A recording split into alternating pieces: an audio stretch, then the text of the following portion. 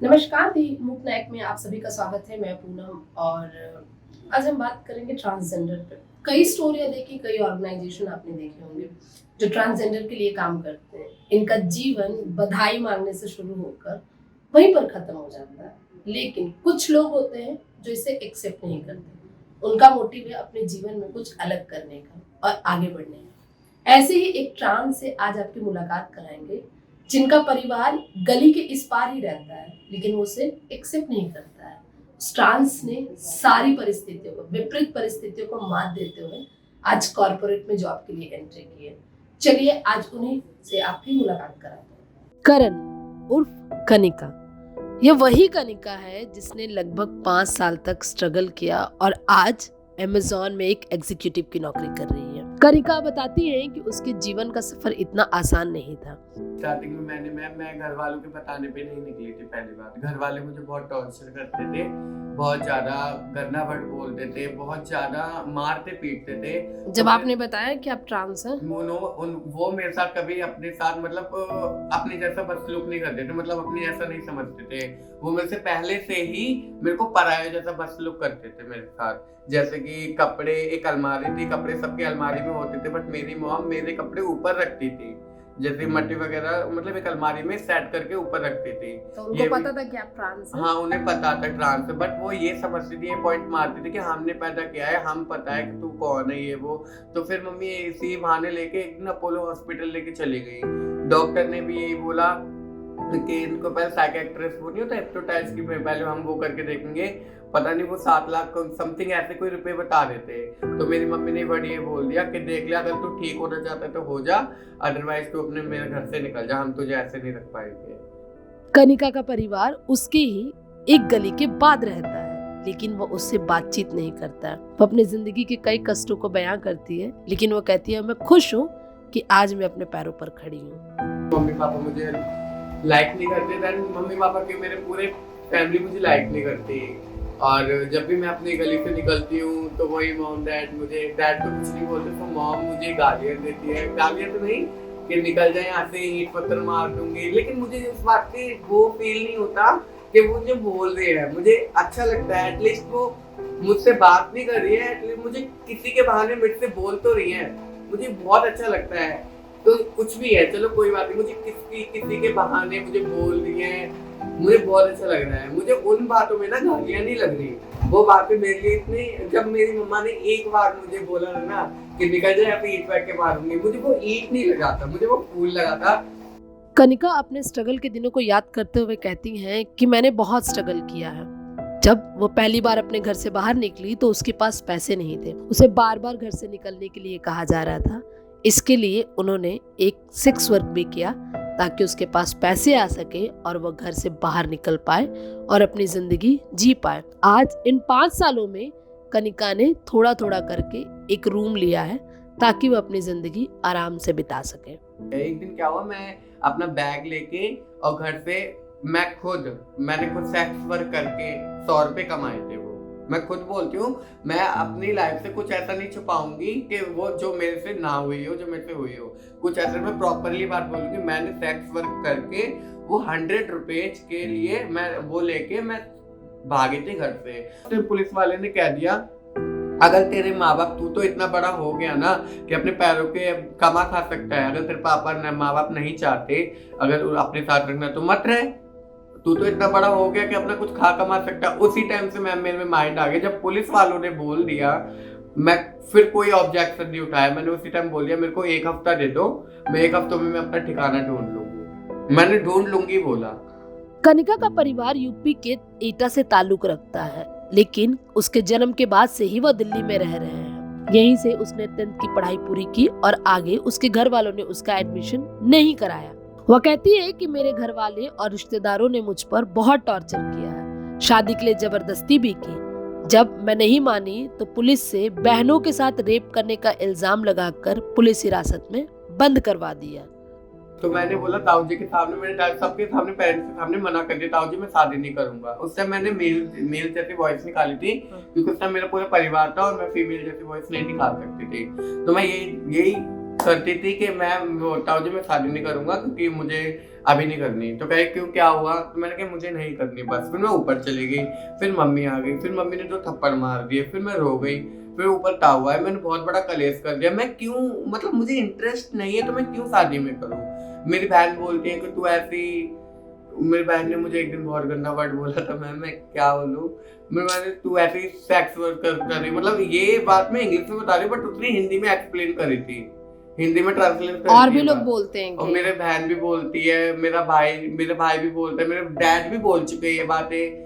मेरी मम्मा, एक दिन क्या हुआ, मैं अपनी मम्मा को लेकर हॉस्पिटल में, जब मैं अपने घर से भाग चुकी थी, वहां रहती थी दक्षिणपुरी में, कोई किन्नर किन्नर नाम की सिया थी, तो मैं वहां रहती थी। मेरी मम्मी हॉस्पिटल में एडमिट थी, तो मेरी मम्मी अपने ट्रीटमेंट करवा रही थी सिटी स्किन का, पेट का, ठीक है। तो मेरी मम्मी को ना डॉक्टर अच्छे से वो ट्रीटमेंट नहीं कर रहा था। एक दिन मेरी मम्मी का हाथ मोड़ दिया, फिर मम्मी को कुछ नहीं सूझा, फिर मम्मी ने मुझे डायरेक्ट कॉल किया, कॉल करके बोला कि करना तू कहाँ है? तो मैंने बोला मम्मी मैं अभी अपने गुरु के साथ आई हूँ। मैंने उस टाइम मैंने फीमेल में बात की थी, क्योंकि जब मैं घर से ही निकल गई तो मुझे अब किसी डर नहीं है। कब निकली आप घर से? मैं 5 मिनट पहले निकली थी मैम, 2018 में निकल गई थी। घर वालों ने रोका नहीं? घर वालों के मैं बता के निकली थी, क्योंकि घर वाले मेरे को रोज बोलते थे कि तेरे पे 2 दिन है तो अपने आप को संभाल ले, घर से निकल जा। कनिका का दुख का सफर यहीं खत्म नहीं होता। परिवार से निकलने के बाद उसके ऊपर आर्थिक तंगी भी आने लगी। उसने अपना पेट पालने के लिए एमसीडी का कूड़ा भी ढोया है ताकि अपना जीवन यापन कर सके। आज कनिका अमेज़न में काम करती है और वह इस नौकरी से बहुत खुश है।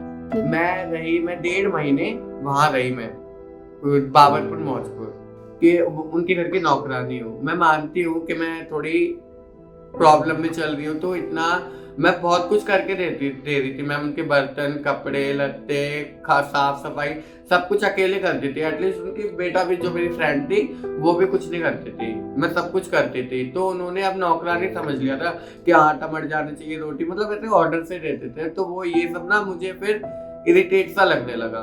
तो फिर मैंने अपने, एक मेरे यहाँ विकास रहती है, पीछे रहते सामने, तो मैंने उससे बात की। तो मैंने कहा गुरु भाई कोई काम लगवा दे, मैं वहाँ पे कोई भी काम कर लूंगी। एमसीडिया की गाड़ी आती है जो गाँव की नालियाँ वगैरह उठाती हैं, तो वहाँ से उठा के वो उस गाड़ी में पलटती थी। तो मैंने बोला कि करण कोई ऐसा भी कोई काम है नहीं, दुख मुसीबत में भगवान ही काम आते। तो मैंने करा। मैं यही प्लान है कि मैम मैं अपनी लाइफ को इतना अच्छा कर लूंगी, किसी के जैसा नहीं बनना चाहती मैं, किसी के जैसा मैंने कभी माइंड भी नहीं किया, बट उनसे हटके बनूंगी।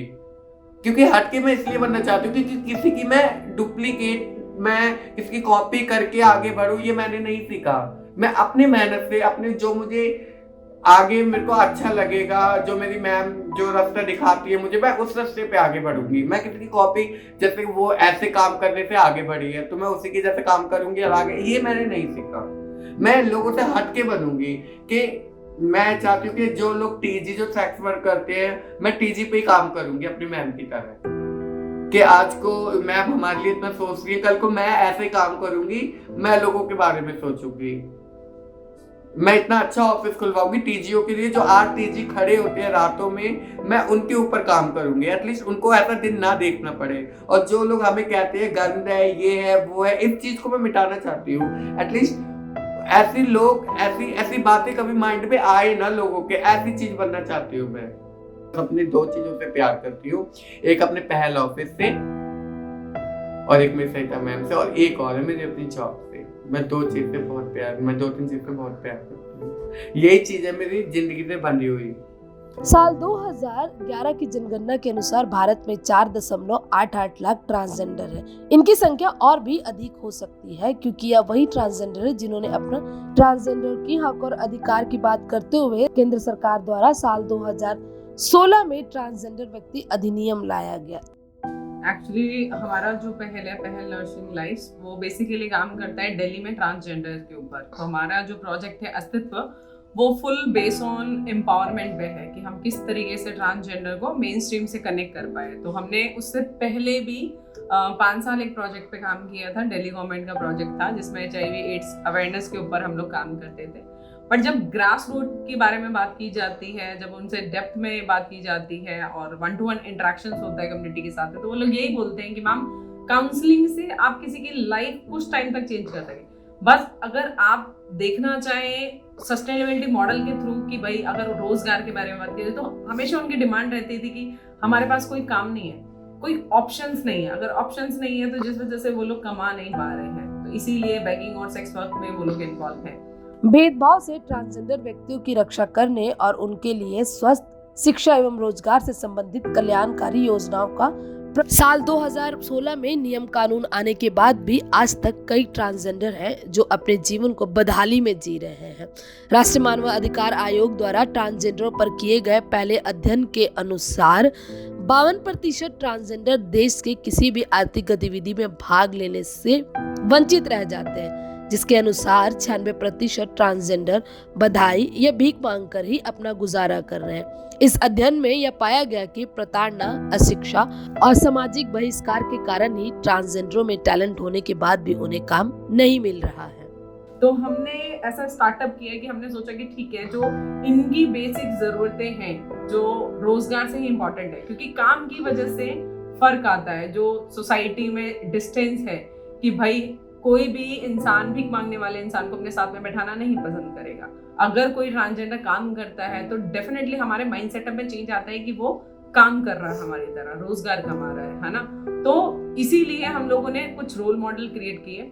तो हमने अलग अलग सेक्टर पे काम करना स्टार्ट किया कि ठीक है, हम लोग इन लोगों को मेंटरशिप में कनेक्ट करेंगे और कैसे प्रॉपर इनकी काउंसलिंग करना है, कैसे गाइड करना है, इंटरव्यू में किस तरीके से बात करना है, प्रोफेशनल एंड पर्सनल चीजें कैसी होती है, तो इस तरीके से हम इनको मेंटोर करते हैं। तो इस तरीके से हमारा चलता है। ट्रांसजेंडर को आर्थिक रूप से मजबूत करने के लिए साल 2017 में कोची मेट्रो लिमिटेड ने ट्रांसजेंडरों को नौकरियां दी थी, लेकिन उनमें से कुछ ही ट्रांसजेंडरों ने ये नौकरियां की और कुछ दिन बाद ये नौकरी छोड़ दी। वहीं दूसरी ओर साल 2021 में छत्तीसगढ़ सरकार द्वारा छत्तीसगढ़ पुलिस में 13 ट्रांसजेंडरों की भर्ती की गई थी।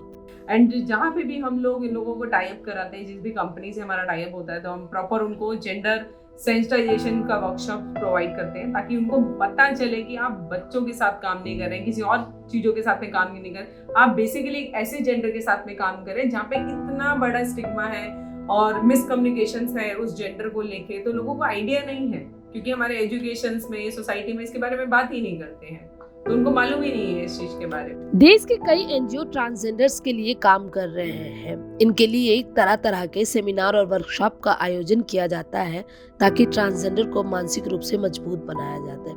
लेकिन पहल एनजीओ इन सब से अलग ट्रांसजेंडरों को आर्थिक रूप से मजबूत बनाने का काम कर रहा है। पहल की प्रोजेक्ट मैनेजर सरिता का कहना है कि एनजीओ ट्रांसजेंडर को मोरल सपोर्ट तो देते हैं, लेकिन उन्हें आर्थिक रूप से मजबूत नहीं कर पाते।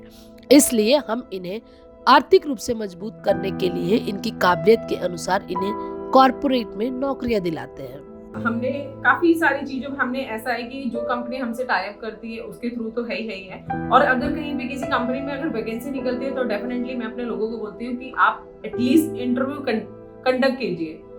फेल होना, पास होना डजंट मैटर, बट एटलीस्ट आप जाइए तो सही, क्योंकि टैलेंट बोलता है, जेंडर से फर्क नहीं पड़ता है। तो ये सारा चीजें प्रॉपर उनके अंदर मैंने बिल्ड किया है और हम इसी प्रोसेस के हिसाब से चलते हैं। तो हमारी बबली है वो दिल्ली हाई कोर्ट में लगी हुई है, पार्वती है वो नोएडा में किसी बड़ी कंपनी में काम कर रही है। तो इसी तरीके से हम चाह रहे हैं, चाहे सोशल सेक्टर हो चाहे प्राइवेट सेक्टर हो, हर जगह पे जहाँ पे भी अगर इस तरीके से वैकेंसी आती है तो डेफिनेटली आप ये लगा लीजिए कि टैलेंट के हिसाब से वो चीज प्रोवाइड होनी चाहिए। ये नहीं होना चाहिए कि भाई वो ट्रांसजेंडर तो उसको जॉब नहीं मिलना चाहिए। तो एटलीस्ट आप मौका तो दीजिए, क्योंकि हमने कभी उन्हें मौका ही नहीं दिया।